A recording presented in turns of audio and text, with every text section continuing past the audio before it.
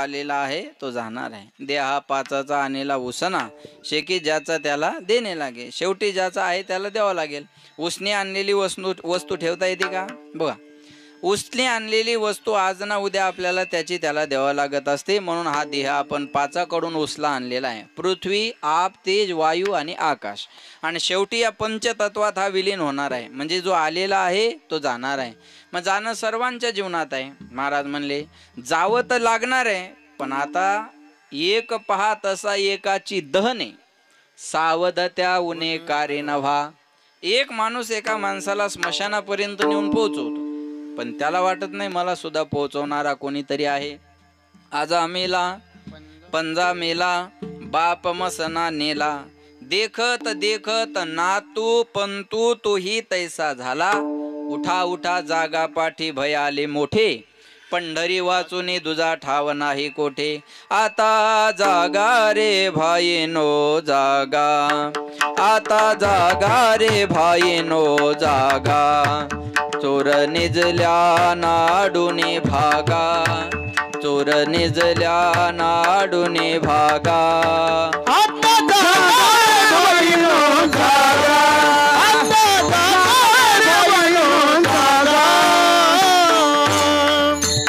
आता जागा रे भाईनो जागा, उठा जागे व्हा रे आता. स्मरण करा पंढरीनाथा, भावे चरणी ठेवा माथा. चुकवी व्यथा जन्माच्या. आता जाग होण्याची गरज आहे. काही माणसं म्हणतात आता बोलून गेला हो माणूस आणि मेला, जाऊ द्या दुसऱ्याचं कशाला घेता. टन टन अंजना मायला, काही आजार नाही, काय नाही, काय नाही. बरोबर आहे. फक्त पोटात छातीत कस तरी व्हायला म्हणून नातवाला म्हटली. बरोबर आहे. आणि एवढंच झालं आणि इथून डोंगरापर्यंत नेलं आणि देहयात्रा संपून गेली. काय म्हणतात अहो आत्ता बोलून गेला हो माणूस आणि मेला, कसं काय झालं? मेला हे विशेष नाही, एवढ्या दिवस जगला हे विशेष आहे. मरायला काय पावला पावलाला साधनं तयार आहे. आणि महाराज म्हणतात मृत्यूचं काळ, वेळ आणि ठिकाण हे ठरलेलं असतं. तुम्ही काल परवा 2 दिवसाच्या बातम्या जर पाहिल्या असतील तर मला वाटतं त्या विमानाच्या चाकात बसून एक पोरग दिल्लीपर्यंत आलं. अहो विमानात बसलं तरी भीती वाटते माणसाला, आणि ते जिवंत आहे. लक्षात ठेवा बरं का. विमान काबूलवरून दिल्लीपर्यंतचा प्रवास त्यानं त्या विमानाच्या चाकात बसून केला, आणि माणसं ठेस लागून पडलं तरी मरायले. हे काय आहे? एक मागे अपघात झाला विमानाचा लंडनला जाणाऱ्या, किती माणसं होते त्याच्यात? जेवढे होते तेवढे मेले, आणि त्याच्यातलं एक वाचलं. आता लोक तर्क करत असतील कसं वाचलं, काय झालं. काहीच नाही, त्याचं आयुष्य शिल्लक होतं म्हणून वाचलं. बाकी दुसरं काहीच कारण सांगू शकत नाही तुम्ही. अरे कोणीच वाचत नाही, एक वाचतो म्हणजे याचा अर्थ आहे त्याचं आयुष्य शिल्लक राहिलं होतं म्हणून वाचला. बाकी कशानंच वाचू शकत नाही. जो आला तो जाणार आहे. मग जावं तर सगळ्यांना लागणार आहे. मग जाणं कुणासारखं असावं? लक्ष देऊन ऐका बरं का. एका गावात मी असं सांगितलं, ह्या गावातली माणसं 7 दिवसात मरणार. सगळ्या बाया रडायला लागल्या आणि एक म्हातारी हसायला लागली. म्हणलं आजी तुम्हाला मरणाची भीती नाही का?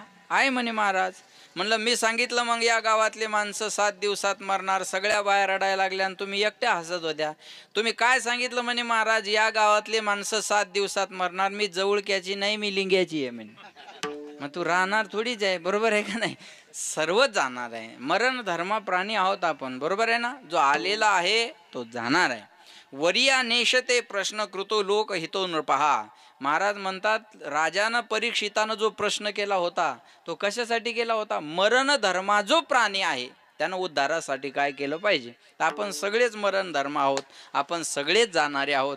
मग जावं तर सगळ्यांना लागणार आहे, पण जाणं कुणासारखं असावं? हे बघा, माणूस किती दिवस जगला याच्या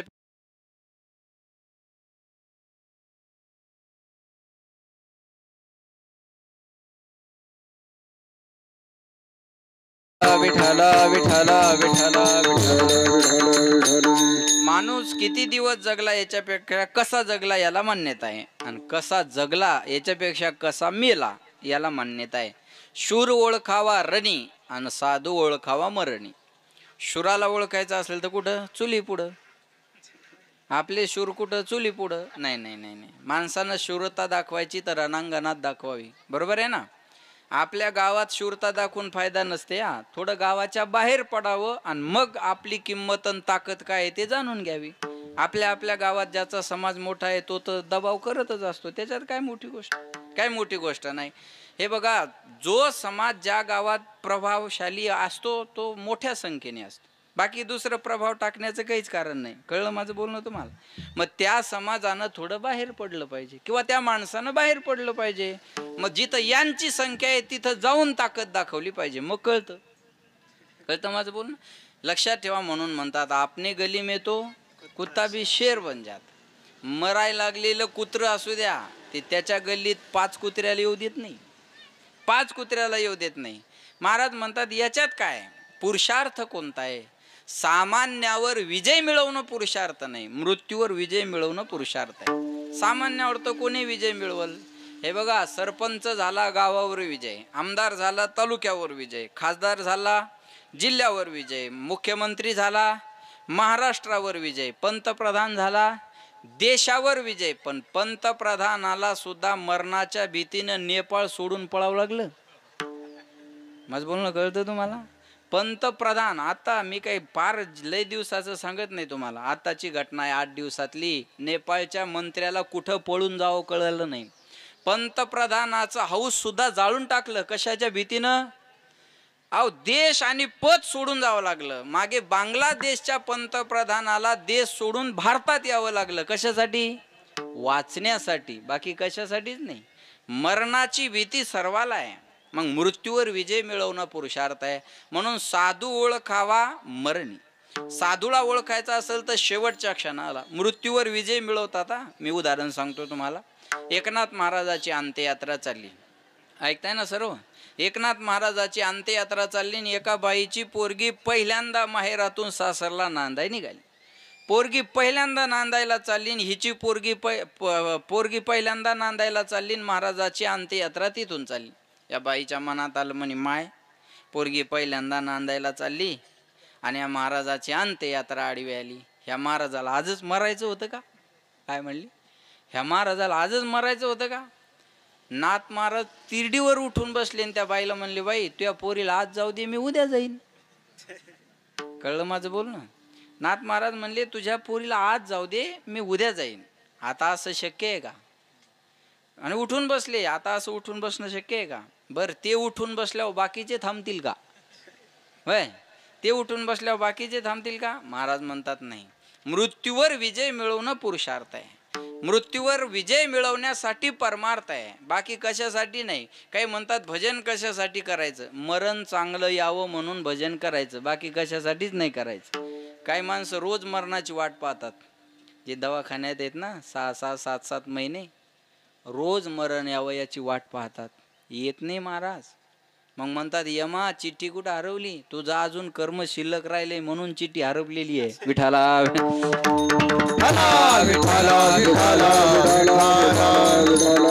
वाट पाहतात काही माणसं, पण येत नाही. जावं तर लागणार आहे, पण जाणं कुणासारखं असावं? एकीकडे धृतराष्ट्राचं जाणं बघा. भारताचा एका काळचा सम्राट धृतराष्ट्र, 100 पोरं, चक्रवर्ती राज्य, इशाऱ्यानं चालणारा कारभार. एवढा भाग्यवान धृतराष्ट्र होता. संजयाच्या मुखातून 700 श्लोकाची गीता ज्याला घरी बसल्या बसल्या ऐकायला मिळाली, एवढा भाग्यवान धृतराष्ट्र होता.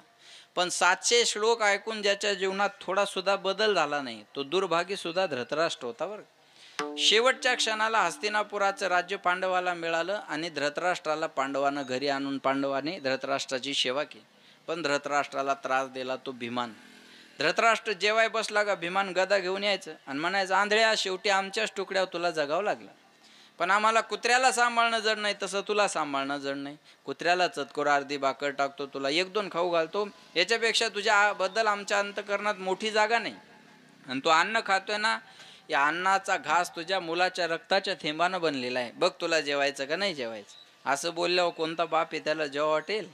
या बोलण्याला धृतराष्ट्र कंटाळला. कधी ना कधी कोणत्या ना कोणत्या गोष्टीला माणूस कंटाळत असतो. या बोलण्याला धृतराष्ट्र कंटाळला आणि बोलणं जमत नाही काही लोकांना. माझ्याकडे लक्ष द्या. मी आजारी पडलो ना, आमच्या गल्लीतल्या बाया मला भेटायला आल्या.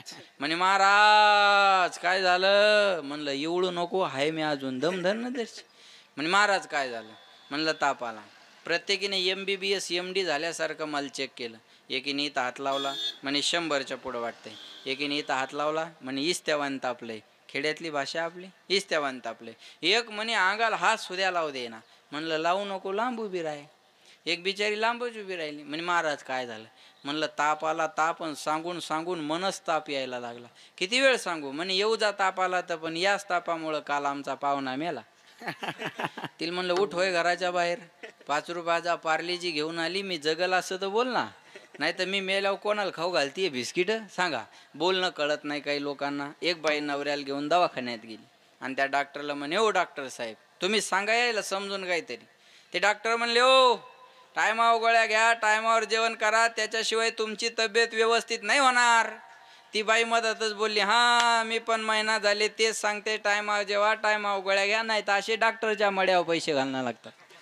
त्याच्याच तोंडावर म्हणून गेली. काय बरं वाटलं असेल डॉक्टरला तुम्ही सांगा. बोलणं कळत नाही म्हणून माऊली म्हणतात साच आणि मवाळ मितुले आणि रसाळ शब्द जैसे कल्होळ अमृताचे. बोलणं या महाराष्ट्रात सध्या जो वाद चालू आहे ना, तो आरक्षणाच्या मुद्द्यापेक्षा बोलण्याचा जास्त चालू आहे.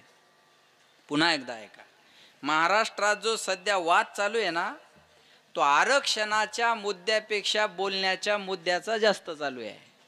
मी म्हणतो आपल्याला साधी गोष्ट कळू नये. अरे लढावं प्रत्येकाने आपापल्या समाजासाठी, पण प्रत्येकाने आपल्या तोंडाला थोडा लगाम लावला पाहिजे. प्रत्येकाने, प्रत्येक जाती धर्मातल्याला बोलतोय मी. सर्वांनी जर बोलणं सांभाळलं तर लढाई बोलण्याची आहे का? नाही, लढाई आरक्षणाची आहे ना. तुम्ही बोलण्यावर का आणता? कोणी कोणाच्या लेकी बाळीबद्दल बोलायचं, कोणी कोणाच्या बहिणीबद्दल बोलायचं, कोणी कोणाच्या आईबद्दल बोलायचं. अरे ही शिकवण नाही आहे छत्रपती शिवाजी महाराजाची. आपल्याला साधू संतांनी ही शिकवण नाही दिलेली आपल्याला. बोला, छत्रपती शिवाजी महाराजांना सुभेदाराची सून बोळवण करून पाठवली, ही आपली संस्कृती आहे. अरे विरोधकाची सून तिला जी बोळवण करून पाठवणं, अरे म्हणून छत्रपतीचं नाव 350 वर्षे झाले तरी आज आपण आनंदाने घेतोय.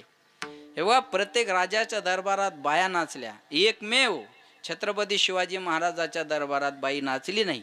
कारण शिवाजी महाराज बाया नाचवणारे राजे नसून बाया वाचवणारे राजे होते. संस्कृती आहे. महाराज म्हणतात ही संस्कृती आपली, पण हे बोलण्यामुळं माणसाच्या लक्षात राहिलं नाही आता. आणि बोलण्याचे परिणाम आपण सगळे पाहतोय. विठाला विठाला बोलणं आलं नाही. भीमाचा तेवढा प्रॉब्लेम, भीमाला बोलायला जमलं नाही. म्हणून महाराज म्हणतात बोलो ऐसा बोले जेने बोले विठ्ठल डोले. बोलण्याची नाही आता देवाविन काही. मग कशाला भांडणं होती? बोलावा विठ्ठल पाहावा विठ्ठल, बोलावा विठ्ठल पाहावा विठ्ठल,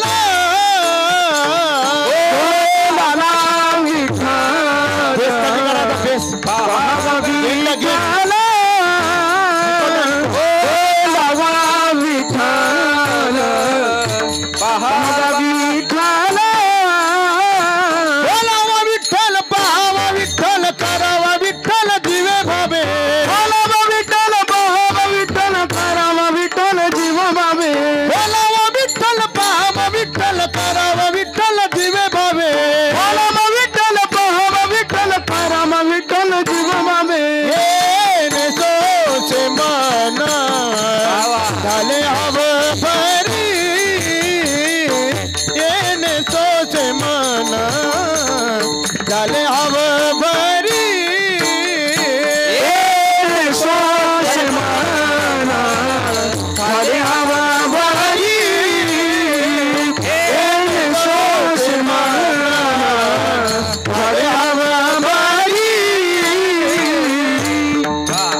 विठ्ठल पाहावा विठ्ठल, पाहावा विठ्ठल आणि करावा विठ्ठल, जीवे भावे येणे सोशे मन झाले हाव भरी, परत माघारी येत नाही किंवा घेत नाही. बोलायचं तर देवाबद्दल, पाहिला तर देव, आणि करायचं आणि मिळवायचं तर देव, दुसरं काही नाही. याची माझी सर्व जोडी, बाकी काही नाही महाराज. मग दुसरं काही आम्हाला नको. बोलणं कळत नाही. आता महाराजाला इको पाहिजे होता आणि बेस कमी पाहिजे होता. महाराज काय म्हणले, बेस थोडा कमी करा आणि इको वाढवा. बरोबर आहे, काम झालं का नाही बोला, काम झालं नाही. हेच म्हणले अय कळत नाही का तुला, अरे बेस आणि हे काय असं. तो म्हणला असेल तू माईक बाजूला ठेव, तुला द्याच नाही मग माईक. माझं बोलणं कळलं तुम्हाला, तेच बोलणं आहे ना. तुम्हाला काम होण्याशी मतलब आहे ना, बरोबर आहे का नाही, काम होण्याशी मतलब आहे. आता इथं काही लेकरं जर हालचाल करायला लागले, मी काय म्हणाव, ए बाळा बाळू शांत बस, थोडा शांत बस, काम झालं आपलं. त्याला जर म्हणलं कोणाचा आहे रे तू, ते उठ्ठन मग जाऊन शिवा देत. माझं बोलणं कळलं तुम्हाला. जे काय आहे ते बोलण्यामुळं आहे. बघा, घर घरापासून दुरावल्या जातं, कशामुळं, बोलण्यामुळं. भाऊ भावापासून दुरावल्या जातो, कशामुळं, बोलण्यामुळं. नवरा बायकोचं भांडण कशामुळं, बोलण्यामुळं. सासूचं सुनेच्या भांडणाला तर बोलण्याशिवाय दुसरं कारणच नाही. सासून सुनाचं भांडण जर विचारलं कशामुळे झालं, ती अशी म्हणली मला, ती अशी म्हणली म्हणून मी अशी म्हणली, बरोबर झालं, दुसरं काही कारणच नाही. यांना बोलण्यानंच होत असतं. म्हणून बोलणं आलं पाहिजे माणसाला. म्हणून माणसाला बोलणं शिकता आलं की सगळं आलं, बरोबर आहे ना, लक्षात ठेवा. म्हणून माऊली म्हणतात आपल्याला साच म्हणजे खरं बोलता यावं, मितुलं म्हणजे थोडं बोलता यावं. साच आणि मवाळ, मितुले आणि रसाळ, शब्द जैसे कल्लोळ अमृताचे. हे बोलणं कधी भीमाला जमलं नाही. या बोलण्याला धृतराष्ट्र कंटाळला आणि रात्रीच्या टायमाला वनात गेला. रात्रीच्या टायमाला वनात गेला. ज्या वनात गेला त्या वनाला आग लागली. लक्ष देऊन ऐका, दोन्ही डोळ्यांना आंधळा आणि आगीत सापडला. आगीपासून बचावासाठी पळायचा आणि आगीतच जाऊन पडायचा. चटके लागून लागून लागून लागून ज्याचा शेवट झाला तो भारताचा एका काळचा सम्राट. चटके लागून ज्याला जावं लागलं तो 100 पोरांचा बाप. चटके लागून ज्याचा शेवट झाला तो चक्रवर्ती राजा. माऊली म्हणतात जयाच्या ही क धड नाही तयाचे परत रपुसशी काही. एवढ्या भयानक यातना भारताच्या सम्राटाला सहन कराव्या लागल्या. हा शेवट कुणाचा आहे, गरीबाचा आणि सामान्याचा नाही. हा शेवट काही काळ भारतावर राज्य करणाऱ्या सम्राटाचा आहे.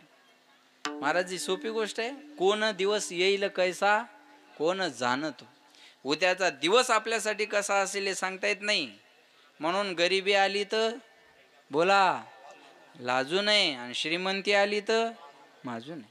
आजची श्रीमंती उद्या राहील आपल्याला माहिती आहे. आपल्या डोळ्या देखत 100 एकरावाले मालक आज गुंठ्यावर आलेले आहेत आणि आपल्या डोळ्या देखत एकर भराचा मालक आज 50 एकराचा झालेला आहे. उद्याचा दिवस कुणाचा कसा येईल काय सांगता येते महाराज. मग घमंड करू नका. कशाचीच घमेंड नसावी, ना सत्तेची, ना श्रीमंतीची, ना स्वरूपाची, ना विद्वत्तेची, ना कलेची. कोणतीच घमेंड नसावी. आमच्या काही कीर्तनकाराला घमेंड आहे, मी फार विद्वान आहे. देवाने एक वायर कट केली तर रस्त्यानं रिकाम्या बिसलऱ्या गोळा करत फिरशीन. बोला, कोणाला वाटतं मी सुंदर दिसतो, गाडी स्लिप झाली तर थोबाडाचा नक्षा बदलून जाईल. माझं बोलणं लक्षात ठेवा. कोणाला वाटतं माझ्यात ताकद आहे, उद्या अर्धांग वायू झाला तर बशी सुद्धा धरता येत नाही. बशी सुद्धा चांगल्या चांगल्या पहिलवानाला दुसऱ्याच्या आपाजावं लागतो. बशी सुद्धा धरता येत नाही. कोणताच अभिमान नसावा माणसाला. लक्षात ठेवा. भारताच्या सम्राटाला जर आगीत जळून जावं लागलं तर आपण एवढे मोठे आहे का? अजिबात नाही महाराज. हे जाणं एका सम्राटाचं आहे. या उलट तुकाराम महाराजाचं जाणं बघा. 42 वर्ष तुकाराम महाराज समाजात राहिले, पण 42 वर्ष समाजाचा त्रास सोडून तुकाराम महाराजांना काही पाहिलं नाही. तुकाराम महाराजाची गाथा सुद्धा लोकांनी पाण्यात बुडवली. लक्ष देऊन ऐका. एवढा त्रास तुकाराम महाराज आला होता. तुकाराम महाराजा एवढा त्रास आज आपल्या कीर्तनकाराला नाही. आपल्याला लोक देऊन देऊन किती त्रास देतात, 1000चा नाही तर 2000चा. याच्यापेक्षा त्रास आहे का? तुकाराम महाराजाला मंबाजी गोसाव्यानं काठीने मारला. एवढा त्रास आहे आपल्याला नाही. आपल्याला त्रास एवढा नाही आहे. या त्रासाला महाराज कंटाळले. कधी ना कधी कोणत्या ना कोणत्या त्रासाला माणूस कंटाळत असतो. गावातल्या लोकांनी महाराजांचा राग केला. गोपाला पाटील गावीचे लोक, गोपाला पाटील गावीचे लोक, गोपाला पाटील गावीचे लोक, गोपाला पाटील गावीचे लोक.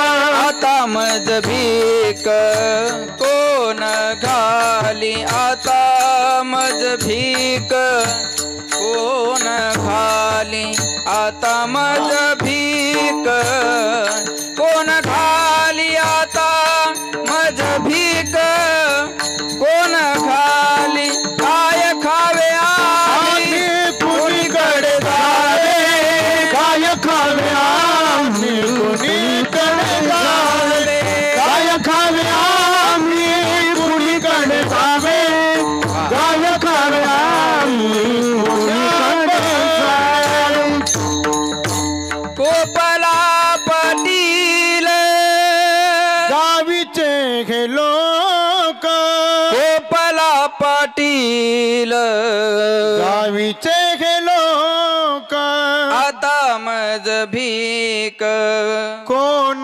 घाली आता मज भीक कोण घाली आता मज भीक कोण घाली आता मज भीक कोण घाली काय खावे आभी कुणीकडे जावे काय खावे आम्ही कुणीकडे जावे गावातल्या लोकांनी महाराजांचा रागराग केला.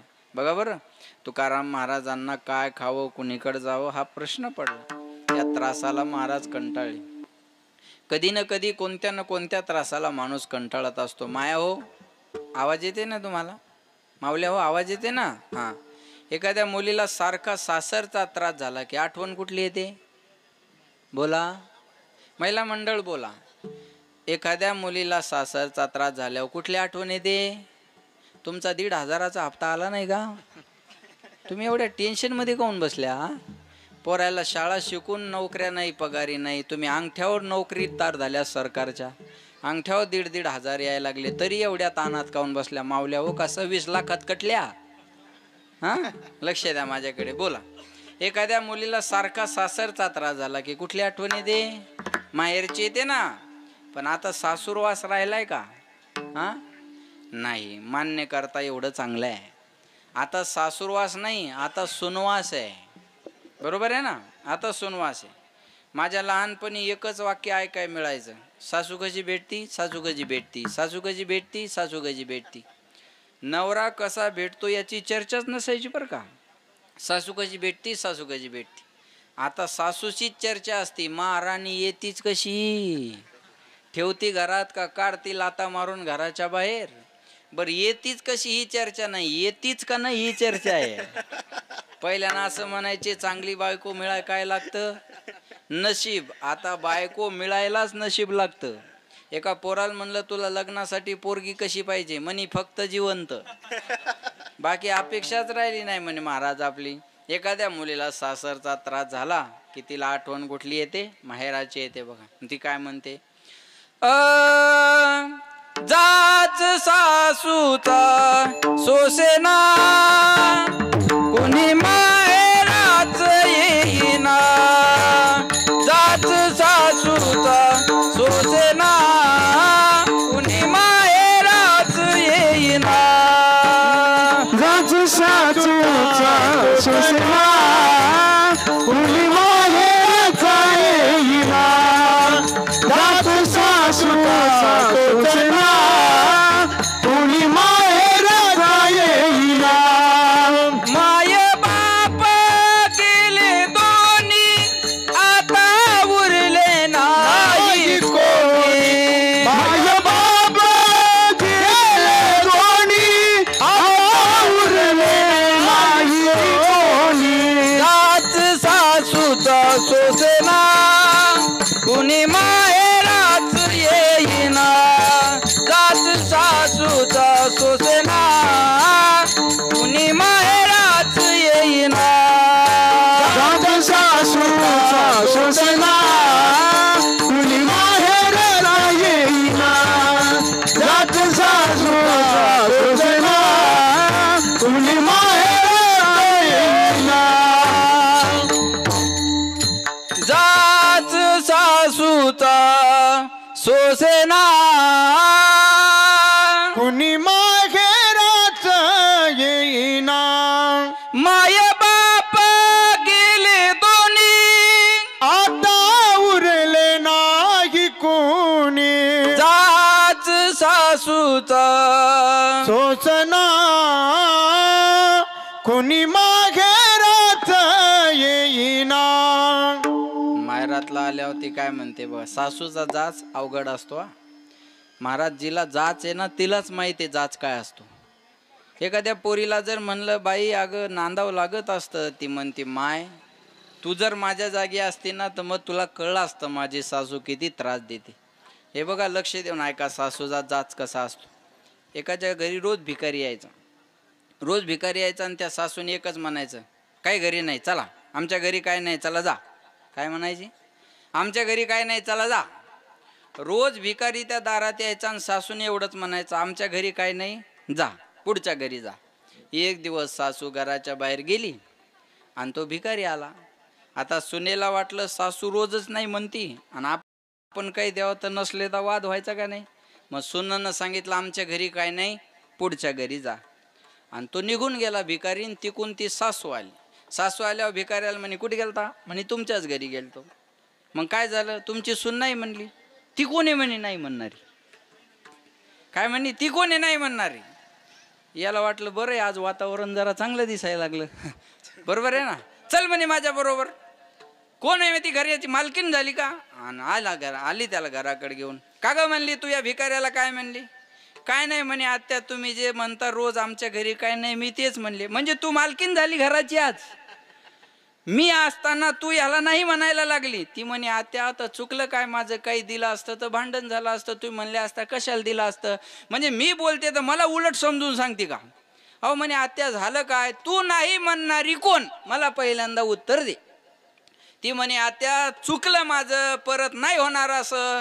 हां मग एवढं झाल्यावर तिचं समाधान झालं. मग भिकाऱ्याला वाटलं ही आपल्याला काहीतरी आता ज्या अर्थी एवढी तपली त्या अर्थी आपल्याला काहीतरी देणार आहे. मग त्या भिकाऱ्याला म्हणे ती नाही म्हणणारी या घराची मालकीन नाही, हां मी सांगते आमच्या घरी काय नाही अंजाय. आता एवढंच म्हणायचं, याला म्हणतात जाच. कळलं माझं बोल. हा सासूचा जाच आता मला सहन होत नाही. आणि मग ती माहेराला लक्ष द्या, ती जाचाला कंटाळलेली सासूरवाशीन काय म्हणते बघा. बाई बाई जाते ग माहेराला, बाई बाई जाते ग माहेराला, बाई बाई जाते ग माहेराला, बाई बाई जाते ग माहेराला, माझ्या मुळच्या घराला, माझ्या मुळच्या घराला, माझ्या मुळच्या घराला ग बाई बाई जाते ग माहेराला, बाई बाई जाते ग माहेराला, ग बाई बाई जाते ग माहेराला, बाई बाई जाते ग माहेराला. बाई बाई जाते ग माहेराला, बाई बाई जाते ग माहेराला, माझ्या मुळच्या घराला, माझ्या मुळच्या घराला, माझ्या मुळच्या घराला ग बाई बाई जाते ग माहेराला, बाई बाई जाते ग माहेराला. चुकवाये वडाचाच तुमच्या पाया पडते भो, चुकवाय वाय वडा जात तुमच्या पाया पडते हो. उबगले सासरी आता मज माहेराला न्यावो, चुकवाय वडा जात तुमच्या पडते पाया हो. या जाचातून मला सोडवा आणि आता मला माझ्या माहेराला घेऊन चला. जसं सासूरवाशीन जाचाला कंटाळली की तिला माहेराची आठवण येते ना, तसं महाराज म्हणतात आता मला सुद्धा माझ्या माहेराची आठवण यायला लागली. आपुल्या माहेरा जाईन मी आता, निरोपया संता हाती आला. आपलं माहेर कोणतं आहे? माझे माहेर पंढरी आहे, भिवरेच्या तीरी माझे माहेर पंढरी आहे, भिवरेच्या तीरी. आपलं सर्वांचं माहेर कुठे? जाईन गे माये तया पंढरपुरा, भेटेन माहेरा. मला आता माझ्या माहेराला जायचंय. मग साधू संताला विनंती करतात, तुम्ही सनकादिक संत मनविता कृपावंत, एवढा करा उपकार, सांगा देवा नमस्कार. तुका मने मजा आठवा, मूळ लवकरी पाठवा, एवढा करा उपकार, देवा सांगा नमस्कार. अनाथ अपराधी पतित आगळा, परिपाया वेगळा नका करू. महाराज म्हणले, तुम्ही सनकादिक संत आहात, देवाला माझा नमस्कार सांगा. काय सांगा देवाला? तुका म्हणे मज आठवा आणि मूळ लवकरी पाठवा. मला कुणाला तरी घ्यायला पाठवा. मी अनाथ आहे, अपराधी आहे, पण तुमच्या पायापासून वेगळं करू नका. अनाथ अपराधी पतिता आगळा, परिपाया वेगळा नका करू. हे बघा, देवाजवळ गेलं ना, सगळ्या गुन्ह्याची कबुली द्यावी आणि त्याचं व्हावं माणसं. देवा चुकलं भाऊ माझ्याकडून, पण आता इथून पुढे हे आयुष्य तुझ्या पायावर समर्पित आहे. भगवंत तरी सुद्धा माफ करेल. वाल्या कोळ्या एवढा पापी इथं एक पण नाही. चला, गॅरंटीनं सांगतो मी. तुम्ही करून करून किती पाप केलं, खाऊन खाऊन 50-60 कोंबड्या खाल्ल्या असतील. याच्यापेक्षा काय पाप आहे? वाल्या कोळ्याने माणसं मारली होती, मोजली नव्हती. माझं बोलणं लक्षात ठेवा बरं का. पण वाल्या कोळ्याची वाल्मिक ऋषी झाली आणि राम जन्माला येण्याच्या अगोदर रामायण लिहून ठेवलं. आपल्या सगळ्यांना माहीत. देवाजवळ गेलं की आपल्या गुन्ह्याची कबुली द्यावी माणसानं. मागे झाले ते पाहू नका, पुढे जामीन आहे तुका. तुकाराम महाराज काय म्हणतात? एखाद्याला जर म्हणला आता माळ घाला, तो म्हणतो आता काय महाराज, आता माळ घालून काय करता? आमच्या आईचे वडील होते, आमचे आजोबा. एवढं कटकर बर नाही तर घरी भांडणं लागाय. आमच्या आईचे वडील होते, आमचे आजोबा.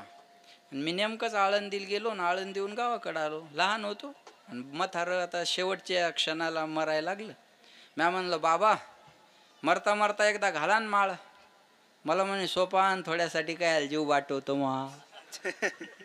म्हणलं, माळीनं जीव वाटतो हे मी पहिल्यांदाच ऐकलं बा. अहो म्हणलं, तुमचा का बिना माळीचा चौकात पुतळा बांधायचा का काय? मेलो म्हातार पण माळ नाही घातली. आणि मेल्यावर लोक म्हणे याच्या तोंडात तुळशीचं पान घाला. घालतात का तुमच्या इकडं तुळशीचं पान? म्हणलं, आता याच्या तोंडात थोडा धवाऱ्याचा रसा होता. म्हणलं, तुळशीच्या पानानं काय होणार आहे? आता काही होणार नाही महाराज. हे बघा, आता तरी पुढे हाची उपदेश. बरवे झाली आजीवरी, नाही पडलो मृत्यूचे हारी, वाचून आलो येथवरी, उरले ते हारी तुम्हा समर्पण.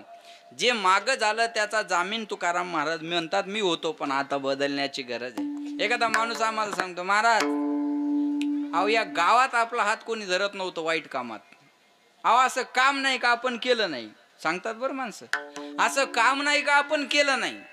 पण सांगू तुम्हाला, 2 वर्ष झाले या महाराजाच्या हातान माळ घातली आणि सगळं सोडून दिलं. लोक त्याला मान्यता देतात. कळलं माझं बोल? लोक म्हणतात अरे जाऊ दे, माग कसा होता पण आज झालाय ना व्यवस्थित. आणि एखादा म्हणला मी रोज काकडा म्हणायचो इथून माग 4-5 वर्षापूर्वी, पण आता माळ तोडली. आता माळ तोडली, काकडा नाही, काय नाही, बस आता खातो पितो. लोक म्हणतात तुझ्यासारखा मूर्ख तूच आहे. एखादा वाईट वागून चांगला झाला तर संप्रदाय त्याला स्वीकारणार आहे. आपल्या संप्रदायात वाईटाचा स्वीकार केलेला आहे चांगलं झाल्यावर. बरोबर आहे ना? लक्षात ठेवा. पण महाराज म्हणले आता मला माझ्या गावाला जायचंय, हा माझा शेवटचा रामराम. मी अनाथ आहे, अपराधी आहे, पण तुमच्या पायापासून वेगळं करू नका. आणि मग देवाला साधू संताला विनंती केल्यानंतर समाजाला सांगतात, बाबा गावात निघालेलं का भगवंत घ्यायला आले. भगवंत म्हणले चला मी तुम्हाला घ्यायला आलो. तुकाराम महाराज म्हणले मी एकटा येणार नाही, माझ्याबरोबर कोणाकोणाला यायचं मला जरा गावात जाऊन विचारू द्या. मग महाराज गावात आले. चला माझ्या बरोबर वैकुंठाला, मला भगवंत घ्यायला आले. कोणी महाराजाच्या शब्दावर विश्वास ठेवला नाही. शेवटी तुकाराम महाराज घरी आले आणि बायकोला म्हणले, जिजे तू तरी ठेव माझ्यावर विश्वास, तू तरी चल माझ्या बरोबर वैकुंठाला. जिजाबाई म्हणे, हे बघा तुम्हाला जायचं तर जा, करमलं तर राहा, आणि नाही करमलं तर माघारी या. वैकुंठ शब्दाचा अर्थ पत्नीला सुद्धा न कळावा एवढं विलक्षण जीवन महाराजांना अनुभवलं.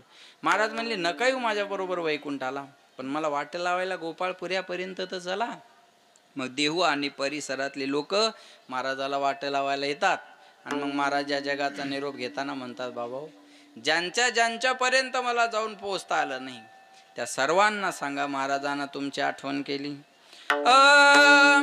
आम्ही जातो तुम्ही कृपा सुद्यावी सकळा सांगावी विनंती माझी वाड वेळ झाला उभा पांडुरंग वैकुंठा श्रीरंग बोलावितो आम्ही जातो आमुच्या गवा आम्ही जातो आमुच्या गवा आम्ही जातो आमुच्या गावा आम्ही जातो आमुच्या गावा आमुचा राम राम घ्यावा आमुचा आमुचा राम राम घ्यावा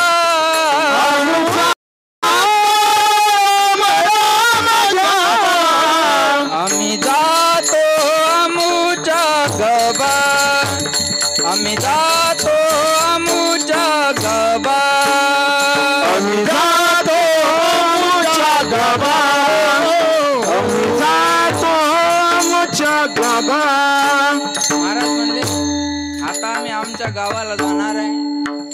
आमचे शेवटचा रामराम तुम्हाला आहे, लक्ष देऊन ऐका बरं का. लोक म्हणले, तुमचं गाव कोणतं आहे?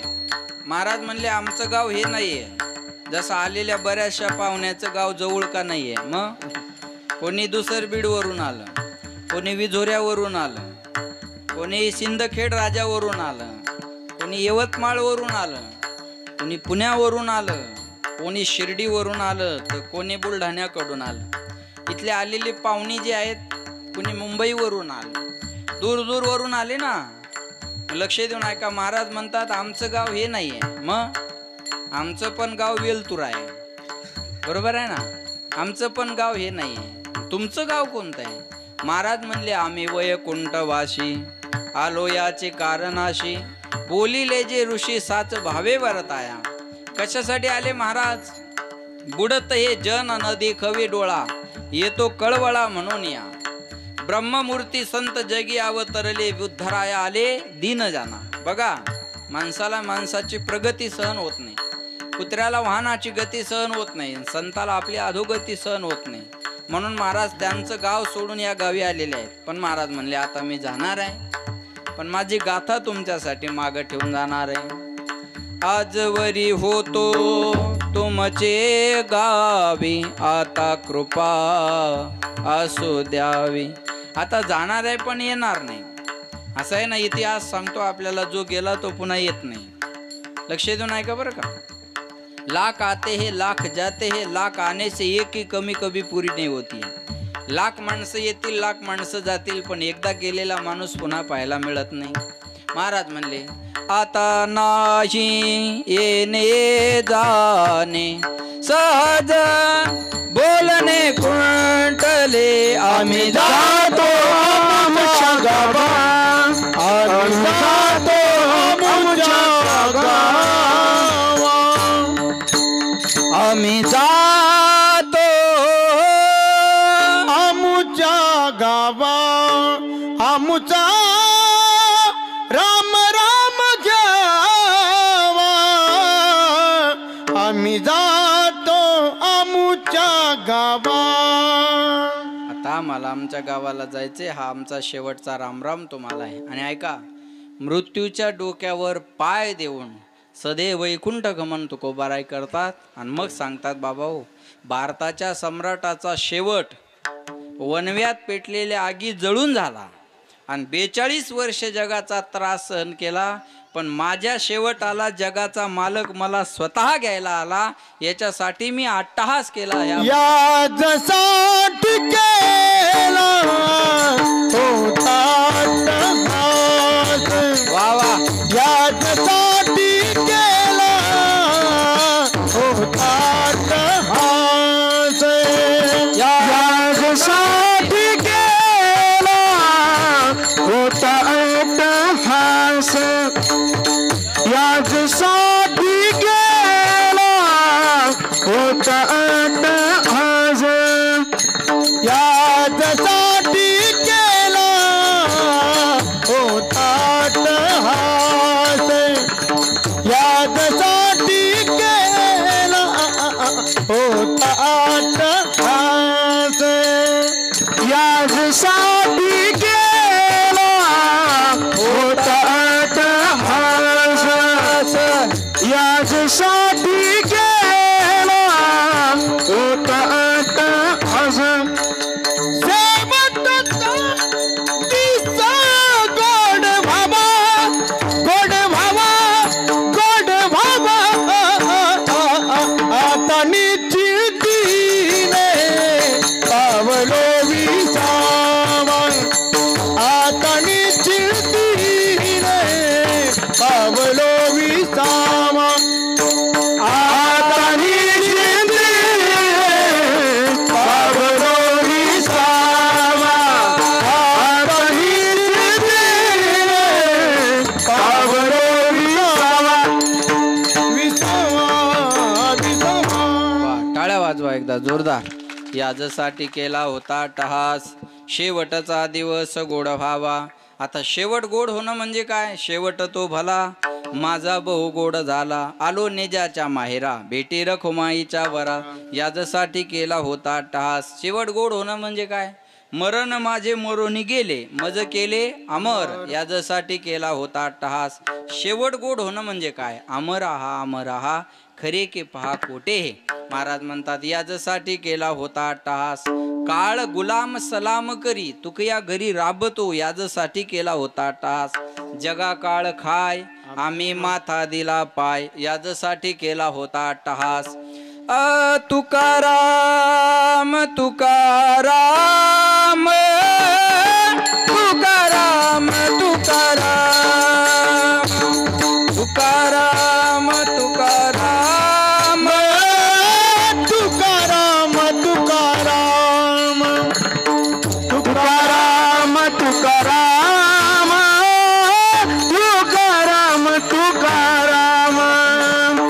तुकाराम तुकाराम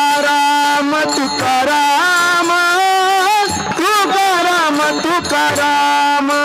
हे तुकाराम तुकाराम नाम घेता का प्रेम, नाम घेता का प्रेम, नाम घेता का प्रेम.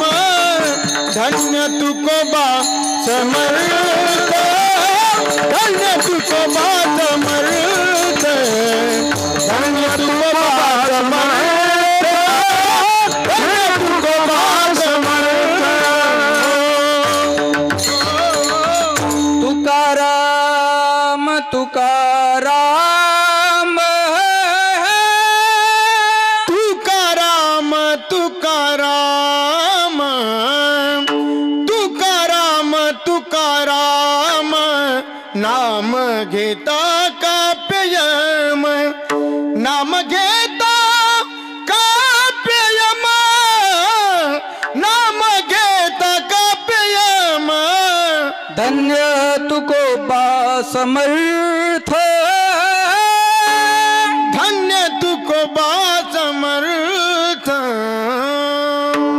तुकाराम तुकाराम नाम घेता कापे यम. तुकाराम महाराजाचं नाव जरी घेतलं तर यम चळका पायचा. लक्षात ठेवा ही ताकद. याजसाठी केला होता अट्टहास. शेवटचा दिवस गोड व्हावा. एका मिनिटात अभंगाचा पूर्ण अर्थ सांगतो, माझ्याकडे लक्ष द्या. प्रश्न आहे याजसाठी केला होता अट्टहास, त्याचं उत्तर आहे शेवटचा दिवस गोड व्हावा. दुसरं उत्तर आहे आता निश्चिंतीने पावलो विसावा, याजसाठी केला होता अट्टहास. कुंडली या धावा तृष्णेची या, याजसाठी केला होता अट्टहास. कवतुक वाटे झाली या वेचाचे, याजसाठी केला होता अट्टहास. नाम मंगळाचे तिने गुणे, याजसाठी केला होता अट्टहास. तुका म्हणे मुक्ती पर निली नोवरी, याजसाठी केला होता अट्टहास. आता दिवस चारी खेळी मेळी, याजसाठी केला होता अट्टहास. शेवटचा दिवस गोड व्हावा. लक्ष द्या माझ्याकडे, शेवट कधी गोड होत असतो? आता निश्चिंतीने पावलो विसावा, शेवटचा दिवस गोड व्हावा. कुंडली या धावा तृष्णेची या, शेवटचा दिवस गोड व्हावा. कवतुक वाटे झाली या वेचाचे, शेवटचा दिवस गोड व्हावा. नाम मंगळाचे तिने गुणे, शेवटचा दिवस गोड व्हावा. कधी शेवट गोड? मुक्ती बरोबर लग्न लागलं की शेवट गोड. तुका म्हणे मुक्ती पर निली नोवरी, शेवटचा दिवस गोड व्हावा. आता दिवस चारी खेळी मेळी, शेवटचा दिवस गोड व्हावा. माणसानं मुक्त अगोदर व्हावं आणि आयुष्य शिल्लक राहावं, याला म्हणायचं शेवटचा दिवस गोड व्हावा. आता आमचं मरण आम्ही आमच्या डोळ्यानं पाहिलेलं आहे. बस तो आमच्या जाण्याचा सोहळा आम्ही केलेला आहे. महाराज म्हणतात हे बघा रेल्वे कोणाच्या उतरण्याची वाट पाहत? बोला, रेल्वे कोणाच्या उतरण्याची वाट पाहत नाही. मग आपलं स्टेशन आलं ते काही एसटी सारखं नसतं, झोपल्यावर कंडक्टरला सांगायचं मला उठवा. काही माणसं झोपतात आणि कंडक्टरला म्हणतात साहेब आलं की फाटा आल्या उठवा. बरं का, रेल्वेत ते जमतं का? नाही, रेल्वेत जमत. रेल्वेत कसं असतं, आपलं स्टेशन येण्याच्या अगोदर आपला बोऱ्या बिस्तरा उचलायचा आणि गेट जवळ येऊन थांबायचं. आणि ती उतरण्याची वाट पाहत नाही आणि बसण्याची बी वाट पाहत नाही. लक्षात येतं माझं बोलणं? तसं मृत्यू कुणाची वाट पाहत नाही.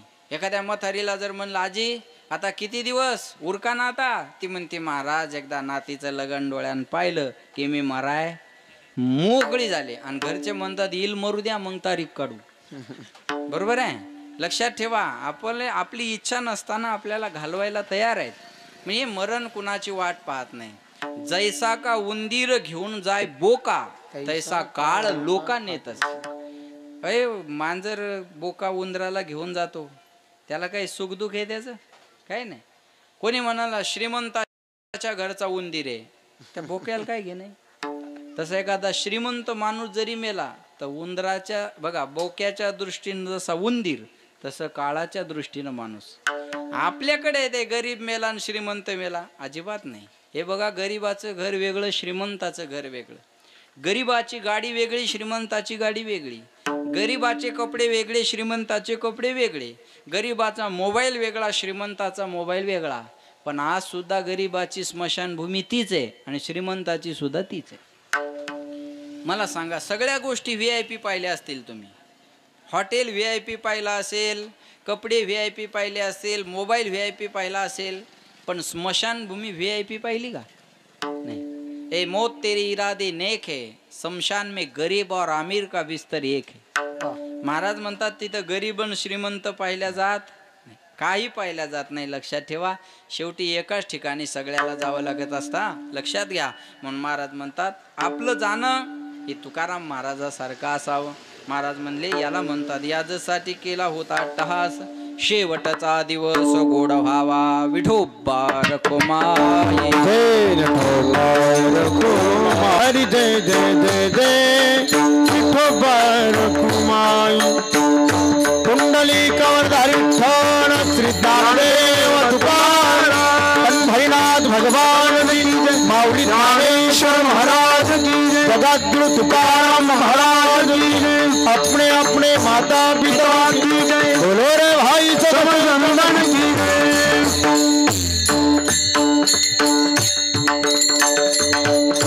याजसाठी केला होता अट्टहास, शेवटचा दिवस गोड व्हावा. आता निश्चिंतीने पावलो विसावा. कुंडली या धावा तृष्णेची या.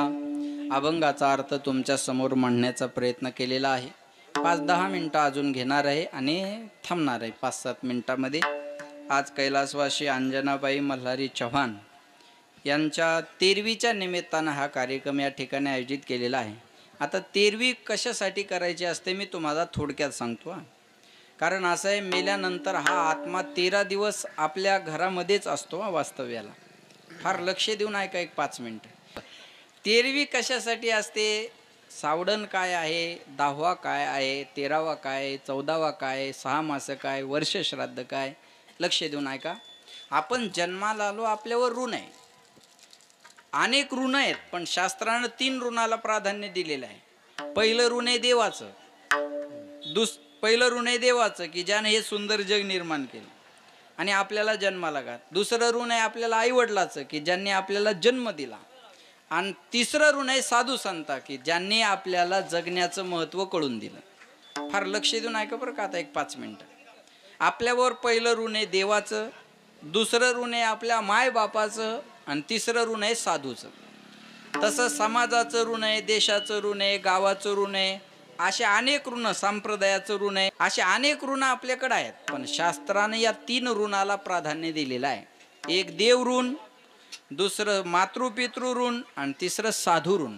तर ऐका, या कीर्तनाच्या माध्यमातून काय होतं तर देवाचं नाव घेतल्यामुळं देवाच्या ऋणातून आपण मुक्त होतो.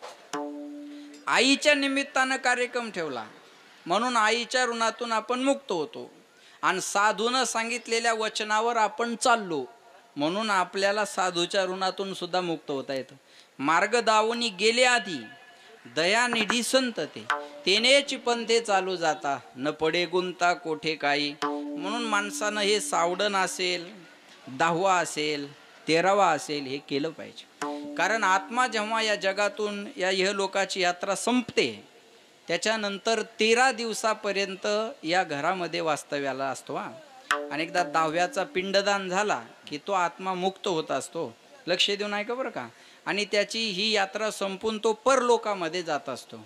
आणि मग त्यांचं खाद्य कोणतं असतं? आपण जे पिंडदान करतो ना ते त्या आत्म्याचं खाद्य असतं. पिंड पदावरी दिला आपुलिये करी, माझे झाले गया वर्जन, फिटले पितराचे ऋण. आपल्या मायबापाच्या ऋणातून कधी मुक्त होतो माणूस? पिंड, श्राद्ध, तर्पण ह्या गोष्टी केल्याच्या नंतर त्यांच्या ऋणातून आपल्याला मुक्ती मिळत असते. 6 मास केलंच पाहिजे, वर्ष श्राद्ध सुद्धा केलं पाहिजे. कारण वर्षाला एक वेळेस आपण जसं आता जर विचार केला तर आता काय चालू आहे सध्या? नवरात्र चालू आहे, बरोबर आहे ना. शारदीय नवरात्र महोत्सव आहे, म्हणजे उत्सव आईचा आहे. याच्या महिन्याच्या अगोदर उत्सव होता बाप्पांचा, गणपती बाप्पा मोरया. त्याच्यानंतर 15 दिवसाचा उत्सव आहे तो बापाचा, पितृपक्ष, कळलं तुम्हाला. आणि त्याच्यानंतरचा उत्सव आहे आईचा. पहिला पंधरवाडा बाप्पांचा, त्याच्यानंतरचा पंधरवाडा बापाचा आणि त्याच्यानंतरचा पंधरवाडा आईचा. आपल्याला हिंदू धर्मानं असा हा क्रमवार दिलेला आहे. म्हणून पितृपक्षामध्ये आपण पितर जेवायला घालतो का नाही? वर्षातून एकदा. नाथ महाराजांना सुद्धा आपले पितर जेवायला घालायचे दरवर्षी, बरं का. सगळ्यांना कथाभाग कदाचित माहीत असेल. म्हणून आपण ह्या गोष्टी केल्या पाहिजे. आणि हे बघा, माझ्याकडे लक्ष द्या. आई वडिलाच्या ऋणातून तर माणूस कशानंच मुक्त होऊ शकत नाही, कशानंच होऊ शकत नाही. पण आज या 3 भावांनी हा जो प्रयत्न केला हा समाजापुढे एक आदर्श आहे.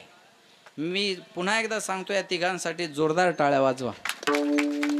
एकीकडं माय बापाची तेरवी न करणारे पोरही मला माहिती आहेत आणि एकीकडं आईच्या तेरवीच्या निमित्तानं एवढा मोठा कार्यक्रम ठेवणारी मंडळी सुद्धा मला माहिती आहे. एक 15-8 दिवसापूर्वी मी पुण्यामध्ये कीर्तन केलं. पुण्यामध्ये बावधनला मी कीर्तन केलं. यूट्यूबला आपल्याला कदाचित तो कार्यक्रम पाहायला मिळेल. लक्षात ठेवा. कशामुळं तो कार्यक्रम केला? एका पोराचे वडील दोन्ही डोळ्यांना आंधळे झाले होते. एका डोळ्यानं पहिल्यांदा दिसायचं, पण त्यांची लाकडाची वखार होती आणि ते एक तुकडा उडून डोळ्याला लागला. लक्ष देऊन ऐका बरं का. आणि तेव्हापासून वडिलाला दिसायचं बंद झालं. तर त्यांच्या मुलानं त्या बापाची सेवा 37 वर्षे केली. 1, 2, 3 आणि 4 दिवस नाही, 37 दिवस नाही, 37 महिने नाही, 37 वर्ष आपल्या वडिलाची त्या पोरानं सेवा केली. आणि आजही वडिलाची जी खोली आहे ती तशीच आहे. वडिलाचे कपडे जिथल्या तिथे आहेत, वडिलाला दिलेले पैसे जिथल्या तिथे आहेत, वडिलाची चप्पल काठी सगळं तिथं आहे. तो पोरगा आज इथं नसून मी बोलतोय म्हणजे सत्यताच असेल. आजही त्या गोष्टी तिथल्या तिथे आहेत. आणि त्या पोरानं आपल्या वडिलाच्या वर्ष श्राद्धानिमित्तानं पुण्यामध्ये जो कार्यक्रम केला ना, जवळपास 1.5 कोटी रुपये त्यानं खर्च केला. जे पुण्याला तुमचे पाहुणे कदाचित त्यांनी ते बॅनर वगैरे सगळे पाहिले असतील. 1.5 कोटी रुपयापर्यंत वडिलाच्या पुण्यस्मरणाचा त्यांनी खर्च केला.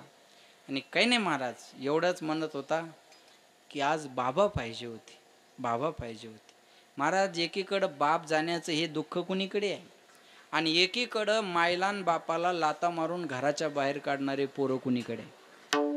हे बघा, बसलेल्या मायबापानं कोणती चिंता करायची का नाही करायची मला माहीत नाही, पण एक चिंता अवश्य करा. कोणती?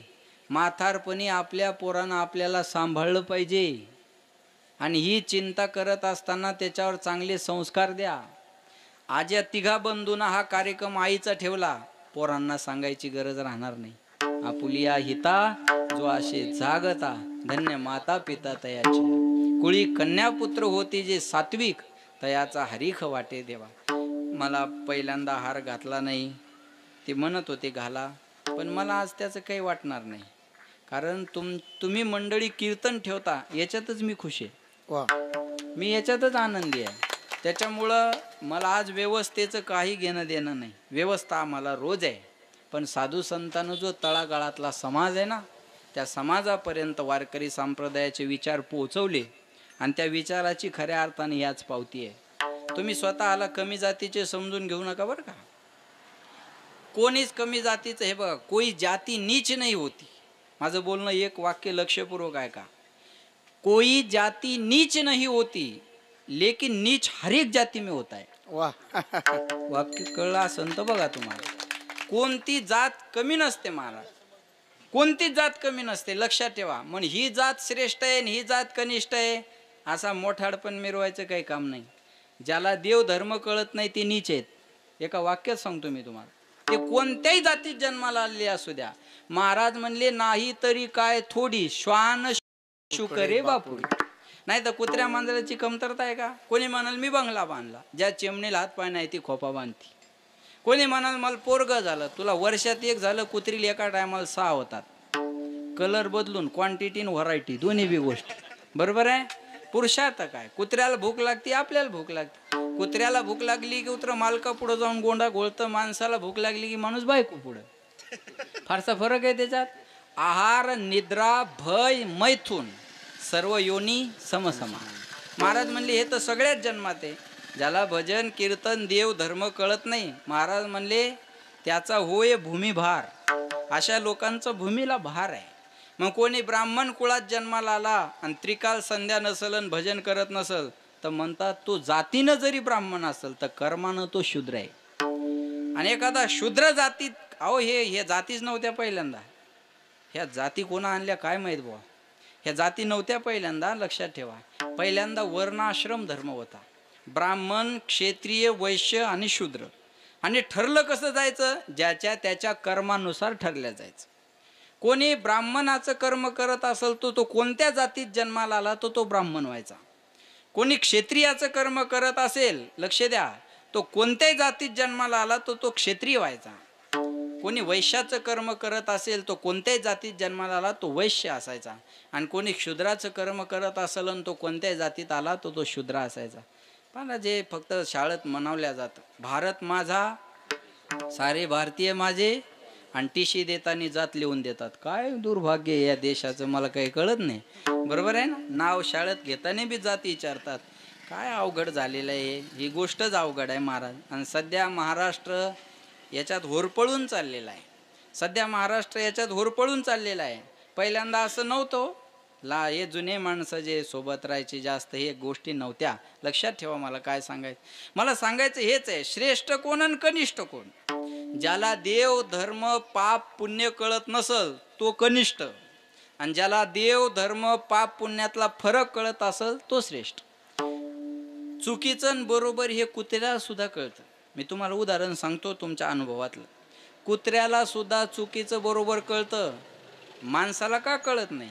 फक्त माणसानं मानायचं का नाही मानायचं हा त्याचा प्रश्न आहे, पण त्याला कळतं बरं का. ज्याना मी अधर्मम, दुर्योधनाला विचारलं तुला धर्म कळत नाही का, कळतो म्हणे. मग करत का नाही, इच्छा नाही. तुला अधर्म कळत नाही का, म्हणे कळतो. मग सोडत का नाही, इच्छा नाही. जानामी धर्मम नच मे प्रवृत्ती जानामी अधर्मम नच मे निवृत्ती. मला धर्म कळतो पण माई करायची इच्छा नाही. मला अधर्म कळतो पण माई सोडायची इच्छा नाही. दारू पिणाऱ्याला जर म्हणलं ना दारू वाईट आहे, तो म्हणतो मला कळत नाही का. काय म्हणतो त्याला म्हणलं अहो दारू वाईट आहे, मला कळत नाही का. अहो त्या तंबाखूच्या पुडीवर लिहिलेलं असतं तंबाखू खाल्ल्यानं कर्करोग होतो, तरी माणसं करकर चोळून आणतात. माझं बोलणं कळलं तुम्हाला. त्याच्यावर लिहिलेलं आहे. एखाद्या पिणाऱ्याला म्हणा दारू वाईट आहे, तो म्हणतो अहो महाराज हे तुम्ही सांगायचे काय करायचे, मला कळत नाही का दारू वाईट आहे. नाही तर मी येताना भातका आणायच्या ऐवजी क्वार्टर आणली नसती का पोरायला. दारू वाईट आहे मला कळतं ना, मग सोडत का नाही. इच्छा नाही. सोडत का नाही म्हणलं तर इच्छा नाही. लक्षात ठेवा बरं का. कळतं सर्वात. कुत्र्याला भाकर टाका, हे बघा चूक बरोबर हे कुत्र्याला सुद्धा कळतं.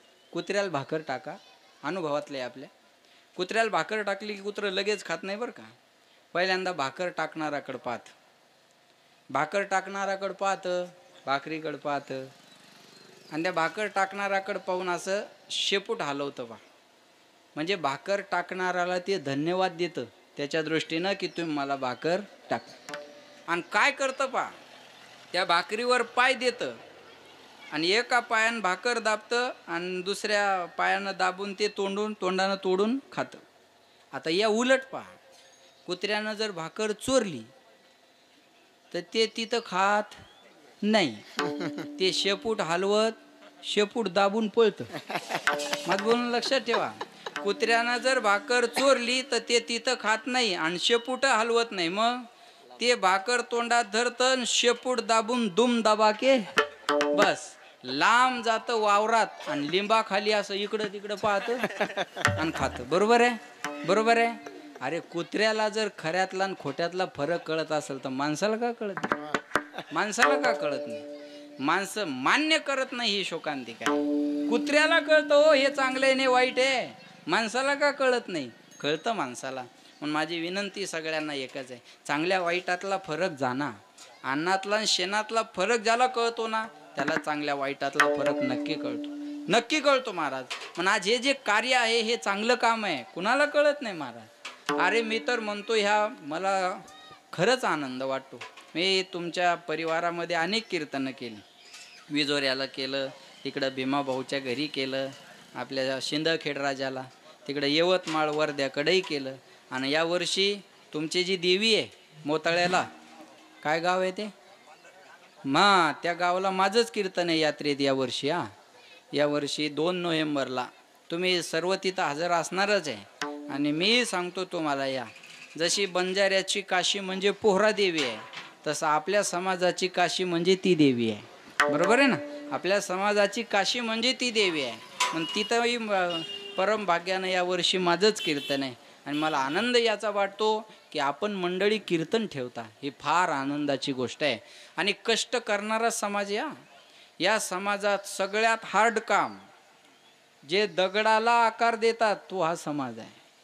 दगडाला आकार देणारा हा समाज आहे. आणि मला माहिती आहे, लक्षात ठेवा. आणि एवढं कष्टाचे कामं करणारी आपण मंडळी आहात आणि कष्टातूनच हा परिवार पुढे आलेला आहे. सोपी गोष्ट नाही बरं का. 6 बहिणी 3 भाऊ आणि अशा छोट्याशा घरात, एखादं गावात असेल पहिलं छोटं घर, आता हे असेल. पण मला एक सांगा, एवढ्या छोट्याशा घरात 9 लेकराचा अंजना मायनं सांभाळ केला. 9 लेकराचा अंजना मायनं सांभाळ केला. बरं एवढे कष्टाचं जीवन असून जाणं किती चांगलं झालं.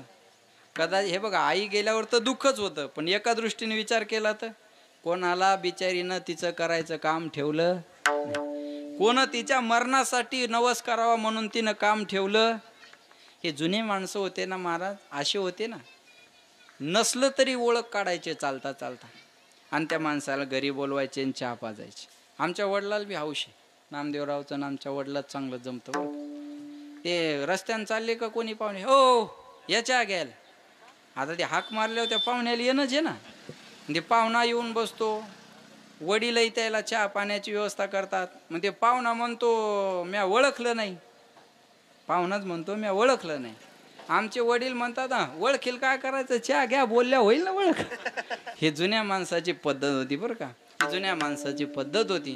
तशी जुनी माय त्यांच्या वयीच्या 2-3 म्हाताऱ्या 2-4 म्हाताऱ्या इथे. हे बघा आज मुलांना तर दुःख आहेच, पण ह्या रोज एकत्र येऊन गप्पा मारणाऱ्या म्हाताऱ्यांना दुःख जास्त आहे की माय आज अंजनाबाईला जाऊन 13 दिवस झाले. आता गप्पा माराय कोण? कारण जुन्या माणसासोबत तरुण पोरं गप्पा मारत बोलत नाही. मग त्यांच्या त्या 2-4 म्हाताऱ्या एकत्र येतात. बरं त्याला ते आपल्यासारख्या भाग्यवान नाही, त्याला मोबाईल कळत नाही. नाही तर त्याला मोबाईल कळला असता तर टेन्शन नसतं आलं. पण जुन्या माणसाला एकमेकाशी संवाद जास्त राहायचा. आज खऱ्या अर्थानं त्या मायांना वाटत असेल की अंजनाबाईला जाऊन आज 13 दिवस पूर्ण झाले. लक्षात ठेवा, हे बघा किती मोठं झाड असू द्या आणि फळ नसू द्या, शेतकरी त्याला तोडत नाही. शेतकरी तोडत नाही बरं का. पोरगं म्हणतं बाबा झाड तोडून टाकू आपण, फळ नाही याला. बाप म्हणतो बाळ्या झाड तोडायचं नाही, फळ नाही ठेवायचं कशाला, किती रान शिल्लक पडून जातं. बाप म्हणतो बाळ्या ते फळ जरी देत नसलं ना तर त्याचीच फळं खाऊन आपण मोठे झालेलो आहोत, आणि आता ते फळ जरी देत नसेल तर त्याची सावली चांगली आहे.